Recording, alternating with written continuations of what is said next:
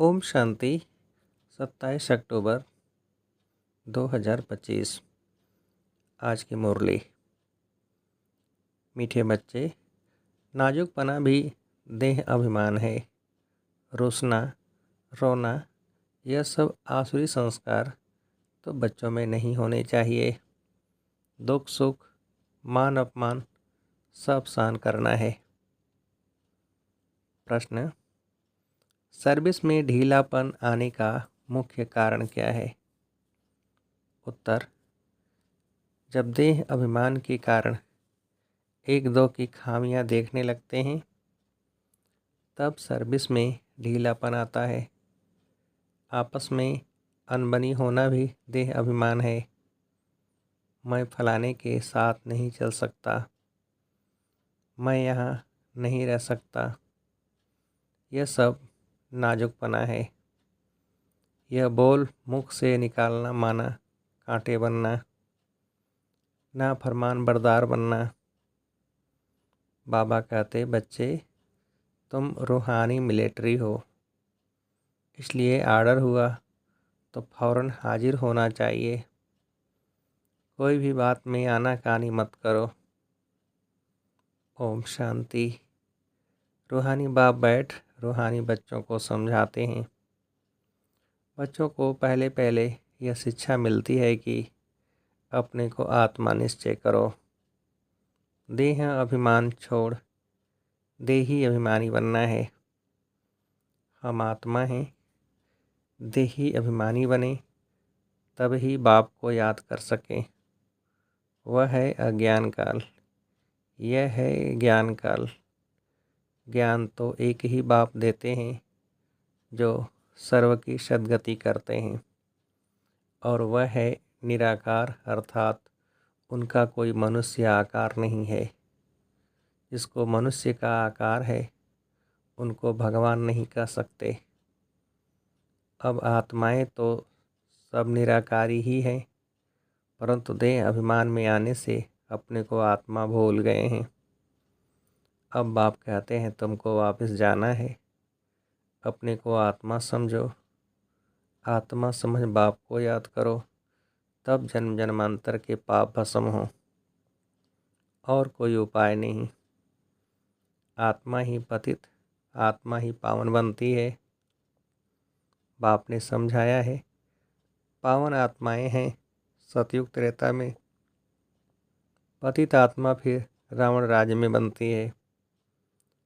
सीढ़ी में भी समझाया है, जो पावन थे वह पतित बने हैं। 5000 वर्ष पहले तुम सब आत्माएं शांति धाम में पावन थी। उसको कहा ही जाता है निर्वाण धाम। फिर कलयुग में पतित बनते हैं, तब चिल्लाते हैं, हे पतित पावन आओ। बाबा समझाते हैं, बच्चे मैं जो तुमको ज्ञान दे रहा हूँ पतित से पावन होने का, वह सिर्फ मैं ही देता हूँ, जो फिर प्राय लोप हो जाता है। बाप को ही आकर सुनाना पड़ता है। यहाँ मनुष्यों ने अथाह शास्त्र बनाए हैं। सतयुग में कोई शास्त्र होता ही नहीं, वहाँ भक्ति मार्ग रिंचक भी नहीं। अभी बाप कहते हैं तुम मेरे द्वारा ही पतित से पावन बन सकते हो। पावन दुनिया जरूर बननी ही है। मैं तो बच्चों को ही आकर राजयोग सिखाता हूँ। दैवी गुण भी धारण करने हैं। रोसना रोना यह सब आसुरी स्वभाव हैं। बाप कहते हैं दुख सुख मान अपमान सब बच्चों को सहन करना है, नाजुकपना नहीं। मैं फलाने स्थान पर नहीं रह सकती हूँ, यह भी नाजुकपना है। इनका स्वभाव ऐसा है, यह ऐसा है, वैसा है, यह कुछ भी रहना नहीं चाहिए। मुख से सदैव फूल ही निकलें, कांटा नहीं निकलना चाहिए। कितने बच्चों के मुख से कांटे बहुत निकलते हैं। इसको गुस्सा करना भी कांटा है। एक दो में बच्चों की अनबनी बहुत होती है। देह अभिमान होने कारण एक दो की खामियां देखते खुद में अनेक प्रकार की खामियां रह जाती हैं, इसलिए फिर सर्विस ढीली पड़ जाती है। बाबा समझते हैं यह भी ड्रामानुसार होता है, सुधरना भी तो है। मिलिट्री के लोग जब लड़ाई में जाते हैं तो उन्हों का काम ही है दुश्मन से लड़ना। फ्लड्स होती है व कुछ हंगामा हुआ तो भी बहुत मिलिट्री को बुलाते हैं। फिर मिलिट्री के लोग मजदूरों आदि का काम भी करने लग पड़ते हैं। गवर्नमेंट मिलिट्री को ऑर्डर करती है, ये मिट्टी सारी भरो। अगर कोई न आया तो गोली के मुंह में। गवर्नमेंट का ऑर्डर मानना ही पड़े। बाप कहते हैं तुम भी सर्विस के लिए बांधे हुए हो। बाप जहाँ भी सर्विस पर जाने के लिए बोले झट हाजिर होना चाहिए। नहीं माना तो मिलिट्री नहीं कहेंगे, वह फिर दिल पर नहीं चढ़ते। तुम बाप के मददगार हो सबको पैगाम देने में। अब समझो कहाँ बड़ा म्यूजियम खोलते हैं, कहते हैं 10 माइल दूर है। सर्विस पर तो जाना पड़े ना, खर्चे का ख्याल थोड़ा ही करना है। बड़े से बड़ी गवर्नमेंट बेहद के बाप का ऑर्डर मिलता है, जिसका राइट हैंड फिर धर्मराज है। उनकी श्रीमत पर न चलने से फिर गिर पड़ते हैं। श्रीमत कहती है अपनी आँखों को सिविल बनाओ, काम पर जीत पाने की हिम्मत रखनी चाहिए। बाबा का हुक्म है, अगर हम नहीं मानेंगे तो एकदम चकनाचूर हो जाएंगे। 21 जन्मों की राजाई में रोला पड़ जाएगा। बाप कहते हैं मुझे बच्चों के बिगड़ तो कभी कोई जान न सके। कल पहले वाले ही आहिस्ते आहिस्ते निकलते रहेंगे। यह हैं बिल्कुल नई नई बातें। यह है गीता का योग, परंतु शास्त्रों में इस संगम युग का वर्णन नहीं है। गीता को ही द्वापर में ले गए हैं, लेकिन जब राजयोग सिखाया तो ज़रूर संगम होगा ना। परंतु किसकी भी बुद्धि में यह बातें नहीं हैं। अभी तुम्हें ज्ञान का नशा चढ़ा हुआ है। मनुष्यों का है भक्ति मार्ग का नशा। कहते हैं भगवान भी आ जाए तो भी हम भक्ति नहीं छोड़ेंगे। यह उत्थान और पतन की सीढ़ी बहुत अच्छी है, तो भी मनुष्यों की आंखें नहीं खुलती हैं। माया के नशे में एकदम चकनाचूर हैं। ज्ञान का नशा बहुत देरी से चढ़ता है। पहले तो दैवी गुण भी चाहिए। बाप का कोई भी आर्डर हुआ तो उसमें आनाकानी नहीं करनी है। यह मैं नहीं कर सकता हूँ, इसको कहा जाता है नाफरमान बरदार। श्रीमत मिलती है ऐसा ऐसा करना है तो समझना चाहिए कि शिव बाबा के श्रेष्ठ मत है। वह है ही सद्गति दाता। दाता कभी उल्टी मत नहीं देंगे। बाप कहते हैं मैं इनके बहुत जन्मों के अंत में प्रवेश करता हूँ। इनसे भी देखो लक्ष्मी ऊंच चली जाती है। गायन भी है, फीमेल को आगे रखा जाता है। पहले लक्ष्मी फिर नारायण, यथा राजा रानी तथा प्रजा हो जाती है। तुमको भी ऐसा श्रेष्ठ बनना है। इस समय तो सारी दुनिया में रावण राज्य है। सभी कहते हैं राम राज्य चाहिए। अब है संगम। जब इन लक्ष्मी नारायण का राज्य था तो रावण राज्य नहीं था। फिर चेंज कैसे होती है यह कोई नहीं जानते। सभी घोर अंधियारे में हैं। समझते हैं कलयुग तो अभी छोटा बच्चा रेगड़ी पहन रखा है, तो मनुष्य और ही नींद में सोए हुए हैं। ये रूहानी नॉलेज रूहानी बाप ही रूहों को देते हैं। राजयोग भी सिखलाते हैं। श्री कृष्ण को रूहानी बाप नहीं कहेंगे। वह ऐसे नहीं कहेंगे कि हे रूहानी बच्चों।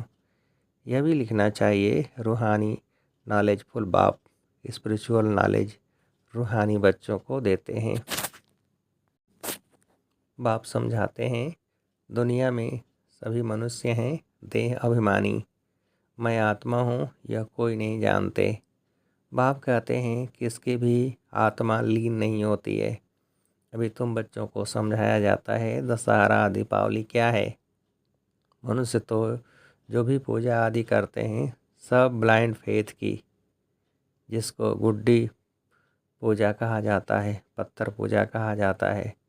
अभी तुम पारस बुद्धि बनते हो तो पत्थर की पूजा नहीं कर सकते हो।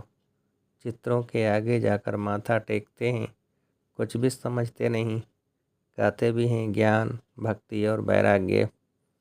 ज्ञान आधा कल्प चला, फिर भक्ति शुरू हुई। अब तुमको ज्ञान मिलता है तो भक्ति से वैराग्य आता है। यह दुनिया ही बदलती है। कलयुग में भक्ति है, सतयुग में भक्ति होती नहीं। वहाँ है ही पूज्य। बाप कहते हैं बच्चे, तुम माथा क्यों टेकते हो? आधा कल्प तुमने माथा भी घिसाया, पैसे भी गंवाए, मिला कुछ नहीं। माया ने एकदम माथा मोड़ लिया है, कंगाल बना दिया है। फिर बाप आकर सबका माथा ठीक कर देते हैं। अभी आहिस्ते आहिस्ते कुछ यूरोपियन लोग भी समझते हैं। बाबा ने समझाया है, यह भारतवासी तो बिल्कुल तमोगुणी बन गए हैं। वह और धर्म वाले फिर भी पीछे आते हैं तो सुख भी थोड़ा, दुख भी थोड़ा मिलता है। भारतवासियों को सुख बहुत तो दुख भी बहुत है। शुरू में ही कितने धनवान एकदम विश्व के मालिक होते हैं, और धर्म वाले कोई पहले थोड़े ही धनवान होते हैं। पीछे वृद्धि को पाते पाते अभी जा आकर धनवान हुए हैं। अब फिर सबसे भिखारी भी भारत बना है, अंधश्रद्धालु भी भारत है। यह भी ड्रामा बना हुआ है। बाप कहते हैं, मैंने जिसको हेवन बनाया वह हेल बन गया है। मनुष्य बंदर बुद्धि बन गए हैं। उनको मैं आकर मंदिर लायक बनाता हूँ। विकार बड़े कड़े होते हैं। क्रोध कितना है? तुम्हारे में कोई क्रोध नहीं होना चाहिए। बिल्कुल मीठे, शांत, अति मीठे बनो। ये भी जानते हो कोर्टों में कोई ही निकलते हैं, राजाई पद पाने वाले। बाप कहते हैं, मैं आया हूँ तुमको नर से नारायण बनाने। उनमें भी 8 रत्न मुख्य गाए जाते हैं। 8 रत्न और बीच में है बाप। 8 है पास विद ऑनर्स, 100 भी नंबरवार पुरुषार्थ अनुसार। देह अभिमान को तोड़ने में बड़ी मेहनत लगती है। देह का भान बिल्कुल निकल जाए। कोई कोई पक्के ब्रह्मज्ञानी जो होते हैं उन्हों का भी ऐसे होता है। बैठे बैठे देह का त्याग कर देते हैं। बैठे बैठे ऐसे शरीर छोड़ते हैं, वायुमंडल एकदम शांत हो जाता है। और अक्सर करके प्रभात के शुद्ध समय पर शरीर छोड़ते हैं। रात को मनुष्य बहुत गंध करते हैं। सुबह को स्नान आदि करके भगवान भगवान कहने लगते हैं, पूजा करते हैं। बाप सब बातें समझाते रहते हैं। प्रदर्शनी याद में भी पहले पहले तुम अल्फ का परिचय दो। पहले अल्फ और बे। बाप तो एक ही निराकार है। बाप रचयिता ही बैठ रचना के आदि मध्य अंत का ज्ञान समझाते हैं। वही बाप कहते हैं, मामी कम याद करो। देह के संबंध छोड़ अपने को आत्मा समझ मामी कम याद करो। बाप का परिचय तुम देंगे, फिर किसको हिम्मत नहीं रहेगी प्रश्न उत्तर करने की। पहले बाप का निश्चय पक्का हो जाए तब बोलो 84 जन्म ऐसे लिए जाते हैं। चक्र को समझ लिया, ऐसे लिए जाते हैं। चक्र को समझ लिया, बाप को समझ लिया, फिर कोई प्रश्न उठेगा नहीं। बाप का परिचय देने बिगर बाकी तुम टिक टिक करते हो तो उसमें तुम्हारा टाइम बहुत वेस्ट हो जाता है।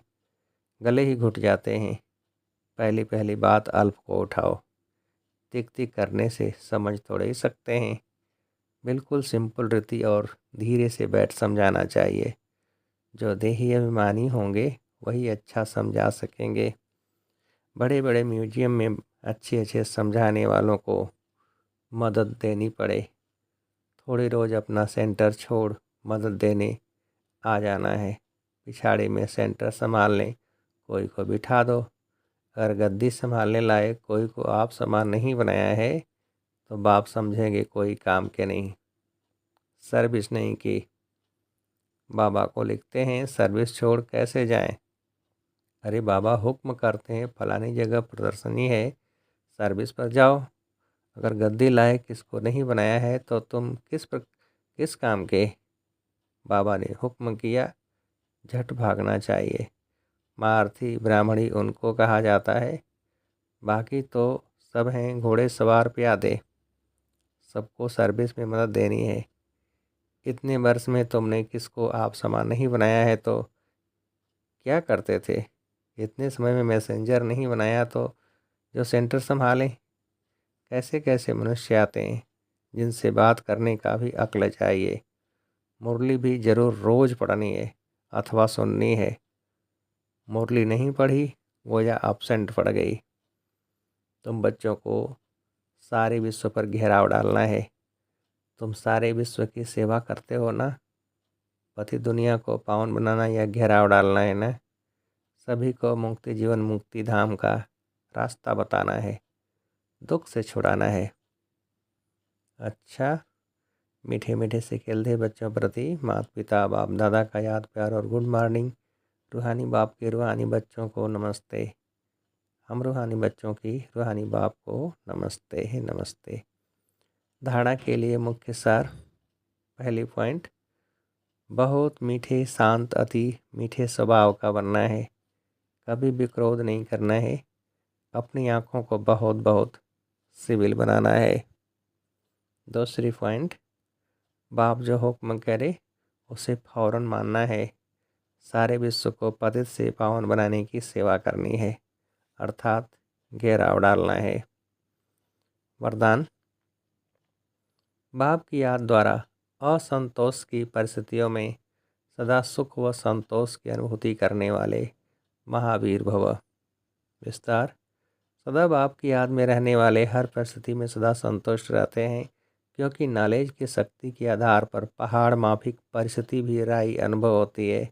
राई अर्थात कुछ नहीं, चाहे परिस्थिति असंतोष की हो, दुख की घटना हो, लेकिन दुख की परिस्थिति में सुख की स्थिति रहे तब कहेंगे महावीर। कुछ भी हो जाए, नथिंग न्यू के साथ साथ बाप की स्मृति से सदा एक रस स्थिति रह सकती है। फिर दुख अशांति की लहर भी नहीं आएगी। स्लोगन, अपना दैवी स्वरूप सदा स्मृति में रहे तो कोई की भी व्यर्थ नज़र नहीं जा सकती। अव्यक्ति सारे स्वयं और सर्व के प्रति मनसा द्वारा योग की शक्तियों का प्रयोग करो। जैसे साइंस की शक्ति का प्रयोग लाइट के आधार पर होता है। अगर कंप्यूटर भी चलता है तो कंप्यूटर माइट है, लेकिन आधार लाइट है। ऐसे आपके साइलेंस की शक्ति का भी आधार लाइट है। जब यह प्रकृति की लाइट अनेक प्रकार के प्रयोग प्रैक्टिकल में करके दिखाती है तो आपकी अविनाशी परमात्मा लाइट, आत्मिक लाइट और साथ साथ प्रैक्टिकल स्थिति लाइट, तो इससे क्या नहीं प्रयोग हो सकता। अच्छा, ओम शांति।